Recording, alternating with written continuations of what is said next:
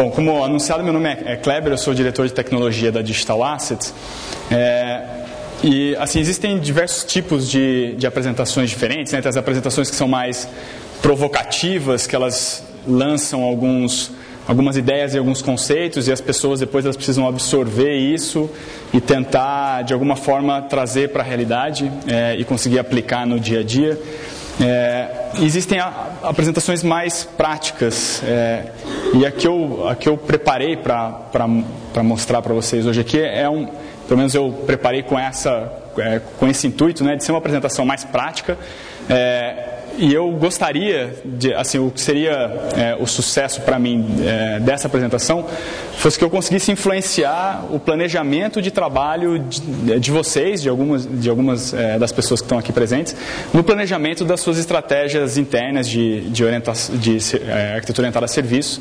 Então, os pontos que eu vou mostrar aqui, como o Claudinei comentou, de erros comuns, são muito baseados na nossa experiência. Então, eu vou contar um pouco do que a gente vem aprendendo dentro das trincheiras de guerra lá, implantando arquitetura orientada a serviços, desenvolvendo programa SOA, programa de reuso de software, trabalhando com governança SOA, que foi um tema já bastante coberto aqui, tá?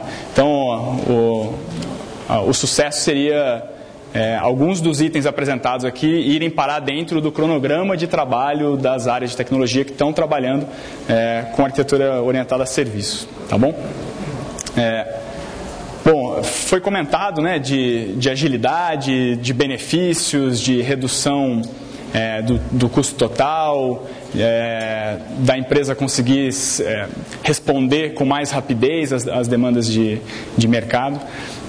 Mas eu gostaria de apresentar um pouco o outro lado, né? Quais as dificuldades, como é que as empresas estão encarando essas dificuldades. Eu tentei reunir as dificuldades que a gente vem encontrando como mais comuns, né? E tentar agrupar isso de alguma forma, tá? Muito rapidamente, queria só falar o que a Digital Assets faz, né?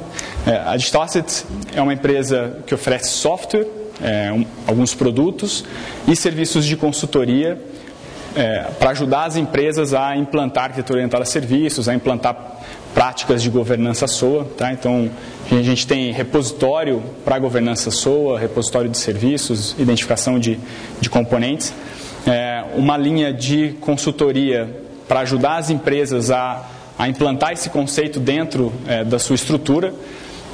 Muito é falado, assim, SOA já tem uma série de definições, né, mas assim, não é um produto, não tem como você comprar, é uma experiência, é uma abordagem que precisa ser adequada para cada empresa, é isso que a gente vem trabalhando. E também educação, né, foi comentado, eu dou aula na Unicamp, a gente tem algumas parcerias educacionais para trabalhar esse assunto e conseguir de uma forma educacional transferir isso para dentro das empresas, tá? Mas vamos lá. Bom, primeiro, anti-pattern, né, para quem é mais técnico, é um termo até um pouco mais conhecido, né? A gente tem, que ficou muito famoso, os design patterns, e aí começou a se falar de anti-patterns, né, que não são as formas melhores de resolver as coisas, mas são os problemas mais comuns que aparecem quando a gente está fazendo algo. E isso é muito baseado em experiência, né? Então eu até peguei algumas frases, assim, a ideia de se evitar erros que outras pessoas já cometeram, evitar erros que você mesmo já cometeu. Então tudo isso está muito relacionado com esse conceito de anti-pattern, né? O conceito de problemas comuns aí. E sempre que eu penso em algum conceito novo, eu não sei se isso acontece com vocês, imagino que sim, você vai no Google e vai verificar o que é aquilo, o que significa. E se você googlar SOA anti-pattern, que não é algo tão comum de se procurar, né, mas tem mais de 28 mil hits. Então, esse é um assunto que, se vocês procurarem na internet, vocês vão achar uma série de artigos. Tem artigos da IBM, artigos de consultorias. Posso destacar material, não sei se alguém já ouviu falar de Thomas Earl, um pesquisador relacionado à arquitetura orientada a serviços. Tem Zapthink, tem várias empresas, principalmente americanas, com bastante material sobre esse assunto. Mas, de qualquer forma, assim, eu queria trazer mais uma visão muito mais pessoal, né, por estar participando de vários projetos nesse sentido, o que a gente vem encontrando junto dos nossos clientes. E aí eu tentei agrupar uma lista do que seriam os principais, os mais comuns, né? Aí eu pensei em 10, mas eu tentei, mas 10 talvez seja muito, né? Eu tenho só 20 e poucos minutos, né? Então, deixa eu reduzir para 5, né? Aí eu pensei em 5, mas aí não cabiam alguns, eu cheguei em 6, né? Não é nenhum número bonito, né? Mas vamos lá. E aí depois eu vou passar mais detalhadamente sobre cada um deles, né? Um primeiro, esse na verdade é um anti-pattern do Gartner, inclusive, né? Que é não tentar ferver o oceano.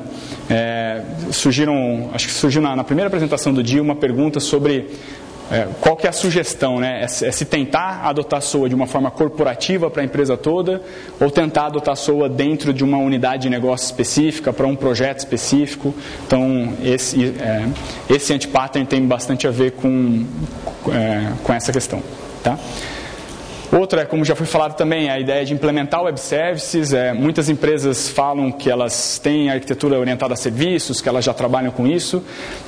E quando a gente começa a conversar de forma um pouco mais detalhada, é muito comum acontecerem duas coisas, né? Ou a empresa já fez algum projeto, alguns projetos que desenvolveu uma série de web services, ou a empresa já comprou uma série de produtos. Então eu já tenho um barramento aqui, ou eu já tenho um middleware de integração, ou eu já comprei uma ferramenta de BPM e por isso ele acha que ele já tem arquitetura orientada a serviços, né? Então, comentar um pouquinho sobre isso. Bom, a ideia de governança, eu acabei colocando dois anti-patterns relacionados à governança, principalmente porque governança é o principal expertise da Digital Assets, tá? E eu considero um assunto bastante importante mesmo, então vou falar em dois anti-patterns aqui sobre governança.